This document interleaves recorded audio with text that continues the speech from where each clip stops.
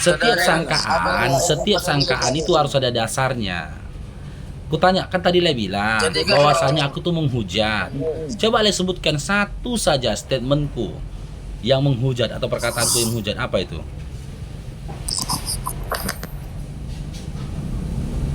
Apa Le? Satu aja Le. Apa itu Le?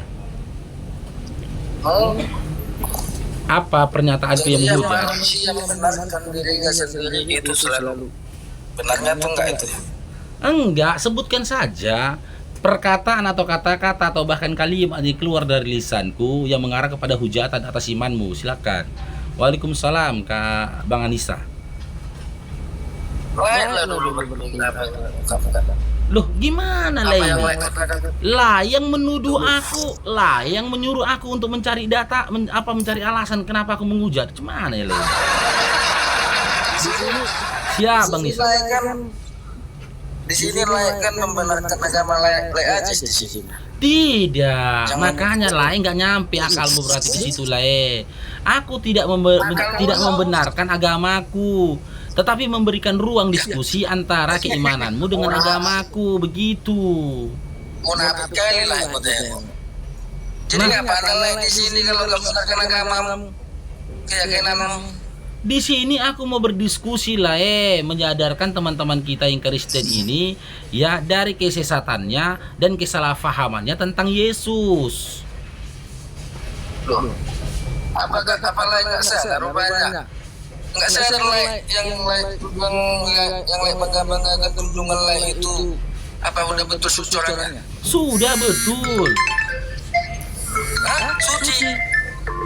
Apa sudah dia tunjungan muda mematuhi hukum Taurat yang 10 itu?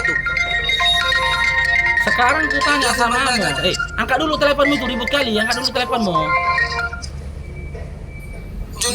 Apa udah bisa lah pastikan tunjunganmu itu tidak melanggar peraturan hukum Taurat yang 10 itu? 10 hukum Taurat itu untuk siapa? Hukum Taurat yang 10. Untuk siapa? Taurat yang 10 apa betul-betul udah dijalankan junjunganmu? 10 hukum Taurat untuk siapa? Apakah 10 hukum Taurat itu untuk seluruh manusia atau hanya untuk Bani Israel? Seluruh manusia. Mana datanya? Di mana datanya dikatakan 10 hukum Taurat itu untuk seluruh umat manusia? Di mana datanya? Di mana datanya dikatakan 10 hukum Taurat itu untuk seluruh manusia? Di mana datanya? Yang kutanya 10 hukum Taurat itu apakah betul-betul sudah dijalankan junjunganmu? 10 hukum Taurat diberikan kepada siapa? 10 hukum Taurat itu apakah sudah dijalankan junjunganmu?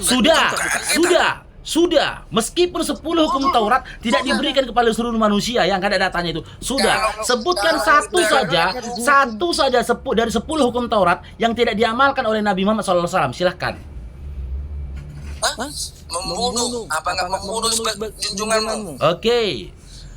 Nabi Muhammad SAW, dengar dulu, Nabi Muhammad SAW membunuh. Satu-satu. Kau udah nanya kan, boleh ku jawab? Membunuh nggak itu junjunganmu? Gimana? Membunuh nggak junjunganmu? Jelaskan dalam kondisi apa? Walaupun kondisi apapun tidak bisa dibilang membunuh. Betul. Oh begitu. Ya. Jadi bagaimana dengan bilangan 31 nomor 17? Tunggu dulu, nangis kau. Bagaimana dengan bilangan 31 nomor 17? Bagaimana dengan 1 Samuel nomor 3? Bagaimana dengan bilangan 31 nomor 17? Bagaimana dengan 1 Samuel nomor 3? Siapa nyuruh bunyi itu? Siapa nyuruh bunyi? Baca ini. Nangis kau. Baca ini ya. Nangis kau. Siapa nyuruh bunyi ini? Nangis kau. Hah? Baca ini ya. Mana?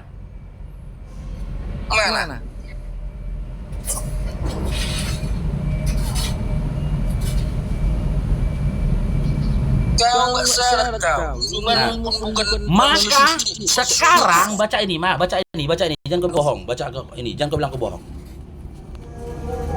Jedar.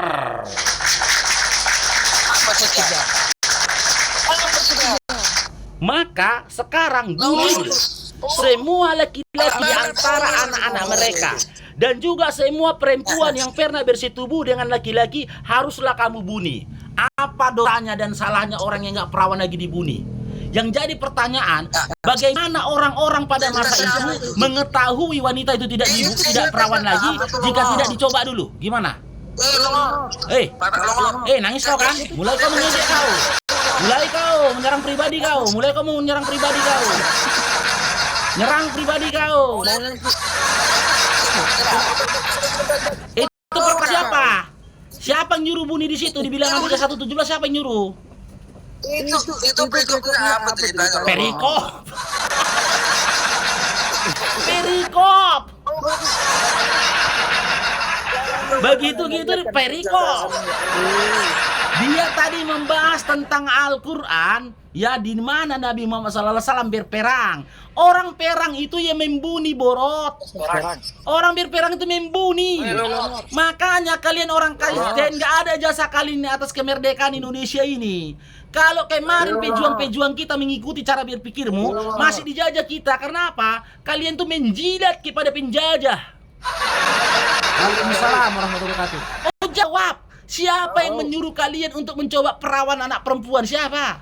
Setelah itu bunuh. Dicobai dulu perawannya baru dibunuh. Siapa itu? Ajaran siapa itu? Ajaran siapa? Ajaran siapa? Ajaran siapa? Yang disuruh mencobai keperawanan perempuan. Jika perempuan itu tidak perawan lagi, dibunuh. Ajaran siapa, teman-teman? Ajaran siapa? Taping dulu di bawah. Ajaran siapa?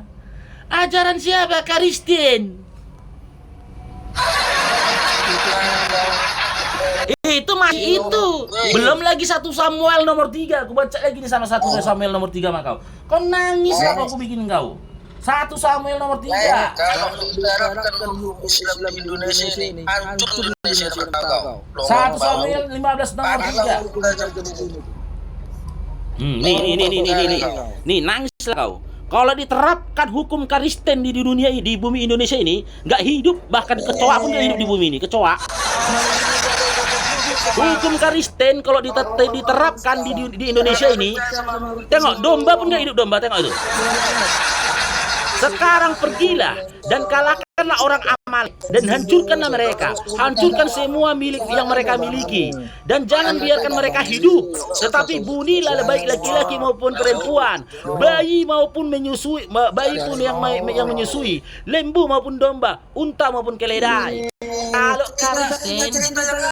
Kalau hukum Kristen berjalan di Indonesia ini, keledai pun nggak hidup, keledai pun nggak hidup.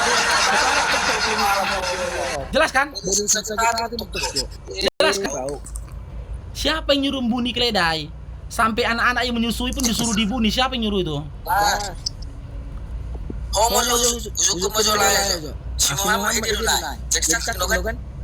Di mana? Mana yang lebih junjung? Orang yang mati bawa kuburan atau orang yang hidup? Oke. Nabi Muhammad SAW adalah manusia. Kayak gini, kualitas Kristen ini kayak gini. Dia bertanya, dijawab nggak mau.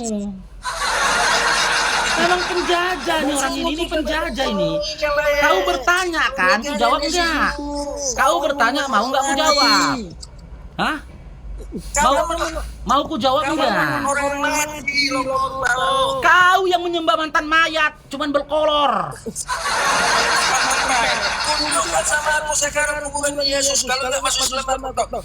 Apa? Jadi Yesus nggak mati. Yang mati di kayu salib itu siapa? Kasih buktinya bahwa dia bangkit. Mana? Opungmu pernah nengok dia bangkit dari kematian? Opungmu pernah tengok opungmu? Siapa saksi menengok dia bangkit dari kematian? Siapa? Opungmu? Ngarang aja. Namborumu pernah nengok? Namborumu? Orang yang mati di kayu salib cuman pakai kolor, kau sembah jadi Tuhan. Bangga kau mentuhankan anak manusia yang mati di kayu salib cuman pakai kolor. Sekarang ku tanya, kenapa Yesus mati cuman pakai kolor? Hah? Kenapa Yesus mati cuma pakai kolor? Waalaikumsalam, Bang Waterkan. Kenapa? Kenapa Tuhan pakai kolor? Nutupin apa? Tuhan pakai kolor, Tuhanmu pakai kolor. Apa yang mau ditutupi Tuhanmu? Kenapa pakai kolor dia? Hah? Nangis kok kan? Nangis kok, Waalaikumsalam. Bang Erina Sinaga, nangis kok kan? Kenapa Tuhanmu pakai kolor? Apa yang Bang Gitsu Sukron? Kenapa tuh? Jawab begini, Sri, dengar Sri. Pelan-pelan Sri. Kau jawab, kenapa Tuhanmu pakai kolor? Apa yang mau ditutupi sama Tuhanmu di kayu salib? Sehingga dia harus pakai kolor. Silakan. Silakan. Silakan. Kenapa Tuhanmu pakai kolor? Apa yang ditutupi Tuhanmu sehingga dia pakai kolor? Apa? Nggak tahu. Nangis kok kan? Yang sekarang lagi Sri, satu lagi Sri. Yang ada di dalam kolornya Tuhanmu, Tuhan atau tidak? Bang Aat, Sukron. Bagian dari Tuhan tidak? Yang ada di dalam kolor Tuhanmu, bagian dari Tuhan tidak? Iya, bagian dari udah. Nangis kok kan? Nangis lah, nangis kau.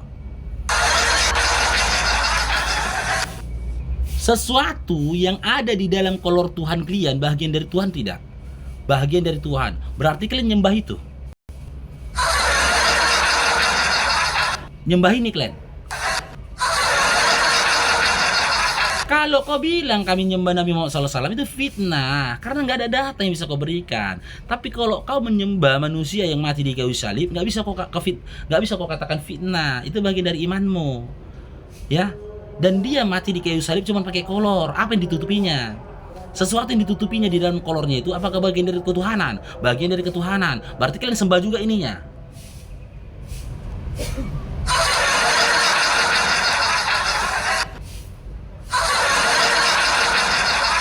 Kalian sembah juga ininya. Nggak aja, kayak nggak ada aja lagi sesembahan. Ini pun ikut kalian sembah. Naik ke atas kok ngamuk-ngamuk.